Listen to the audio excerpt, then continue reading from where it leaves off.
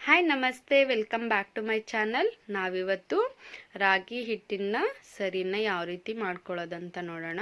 ಹಾಗೆ ರಾಗಿ ಹಿಟ್ಟನ್ನು ಈ ರೀತಿಯಾಗಿ ಮನೆಯಲ್ಲೇ ಮಿಲ್ ಮಾಡಿಸಿರುವಂತಹ ಹಿಟ್ಟನ್ನು ಫೈನ್ ಪೌಡರ್ ಆಗಿಲ್ಲ ಅಂದಾಗ ಈ ರೀತಿಯಾಗಿ ಒಂದು ಪಾತ್ರೆಗೆ ಒಂದು ತೆಳುವಾಗಿರುವಂಥ ಬಟ್ಟೆನ ಹಾಕ್ಕೊಂಡು ನೀಟಾಗಿ ಅದನ್ನು ಸೋಸ್ಕೊಳ್ಬೇಕಾಗುತ್ತೆ.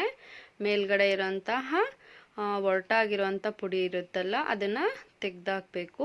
ಈ ರೀತಿ ಪಾತ್ರೆ ಒಳಗಡೆ ಬಿದ್ದಿರುವಂತಹ ಹಿಟ್ಟನ್ನು ಒಂದು ಏರ್ಟೈಟ್ ಕಂಟೈನರ್ನಲ್ಲಿ ನಾವು 20 ದಿನಗಳ ಕಾಲ ಸ್ಟೋರ್ ಮಾಡಿಕೊಂಡು ಮಗುವಿಗೆ ಯೂಸ್ ಮಾಡ್ಕೊಳ್ಬೋದು.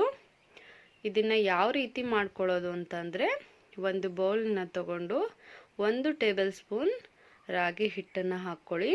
ಹಾಗೆ 1 ಲೋಟ ನೀರನ್ನು ಹಾಕಿ ಚೆನ್ನಾಗಿ ಯಾವುದೇ ಒಂದು ಲಂಪ್ಸ್ ಇಲ್ಲದೆ ಇರೋ ಥರ ಇದನ್ನು ಮಿಕ್ಸ್ ಮಾಡ್ಕೊಳ್ಬೇಕು.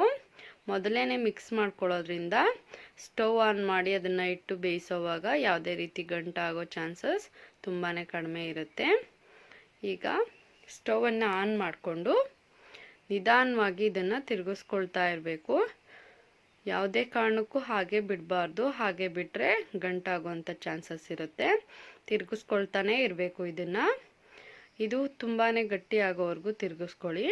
ಹಾಗೆ ಇದನ್ನು ಸಣ್ಣ ಲೋ ಫ್ಲೇಮ್ನಲ್ಲಿನೇ ಇಟ್ಕೊಂಡು ಸಣ್ಣ ಉರಿನಲ್ಲಿ ನಿಧಾನವಾಗಿ ಒಂದು 3ರಿಂದ 4 ನಿಮಿಷ ಆದರೂ ಬೇಯಿಸ್ಕೊಳ್ಬೇಕು.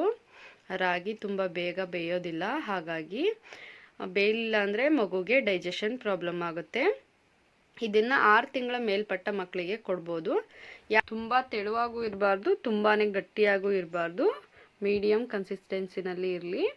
ಯಾರೆಲ್ಲ ಚಾನಲ್ನ ಹೊಸದಾಗಿ ನೋಡ್ತಿದ್ದೀರಾ ದಯವಿಟ್ಟು ಚಾನಲ್ನ ಸಬ್ಸ್ಕ್ರೈಬ್ ಮಾಡಿಕೊಂಡು ನೋಡಿ. Thanks for watching.